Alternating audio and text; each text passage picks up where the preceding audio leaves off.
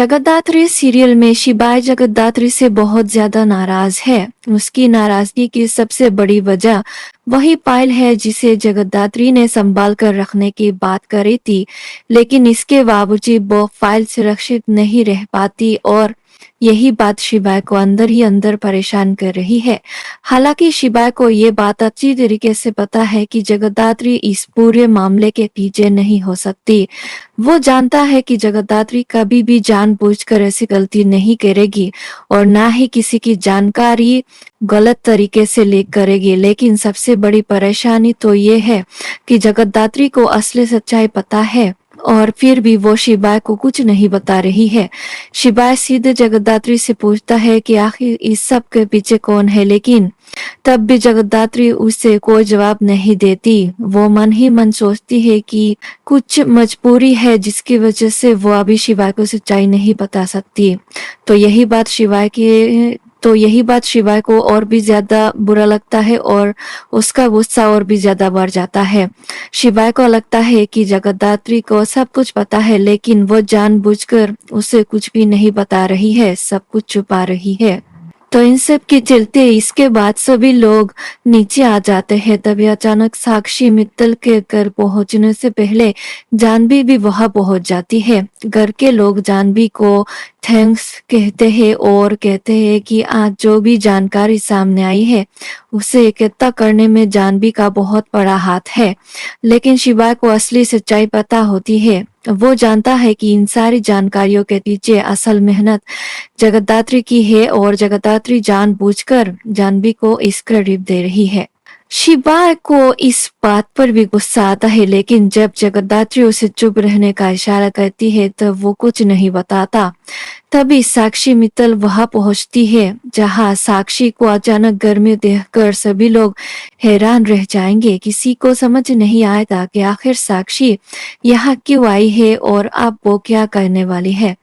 इसके बाद साक्षी सबके सामने एक ऐसा आरोप लगा देती है जिसे सुनकर पूरे घर में हड़कंप मच जाता है। साक्षी कहती है कि इन सब के पीछे किसी और का नहीं बल्कि जगद्धात्री का हाथ है।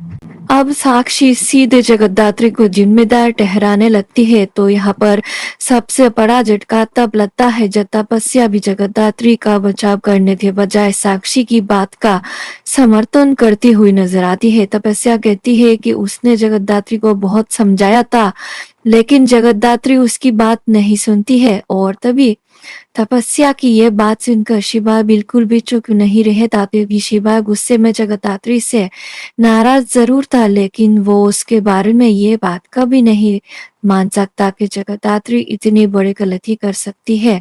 तो वहीं पर शिबाय साक्षी और तपस्या दोनों पर गुस्सा करता है और साफ साफ कह देता है कि वो लोग जो आरोप लगा रहे हैं वो सच नहीं है। जगद्धात्री कभी भी जानबूझकर इस तरह की जानकारी लीक नहीं कर सकती है।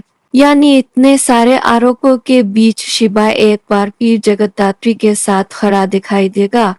वहीं दूसरी तरफ घर के बाकी लोग भी जगद्धात्री पर शक करने लगेंगे, लेकिन माया को कहीं ना कहीं विश्वास है कि जगद्धात्री ऐसा नहीं करेगी।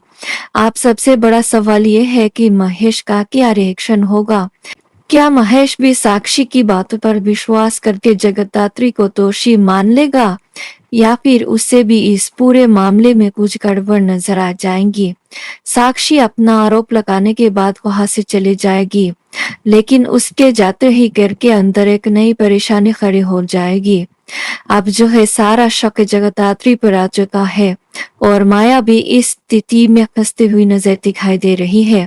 माया के लिए भी मुश्किलें बढ़ रही है, क्योंकि अब अगर वो साक्षी के खिलाफ कुछ कहती है तो सारा मामला घूम फिरकर जगद्धात्री के खिलाफ आ सकता है।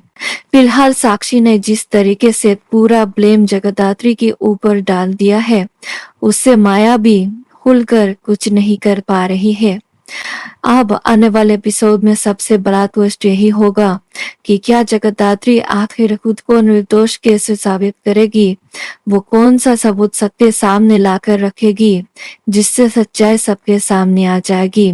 अगर आपको जगद्धात्री के ऐसे ही लेटेस्ट अपडेट और आने वाला ट्विस्ट पसंद आते हैं तो वीडियो को लाइक करें और चैनल को सब्सक्राइब जरूर कर ले ताकि आने वाला कोई भी अपडेट आपसे मिस ना हो।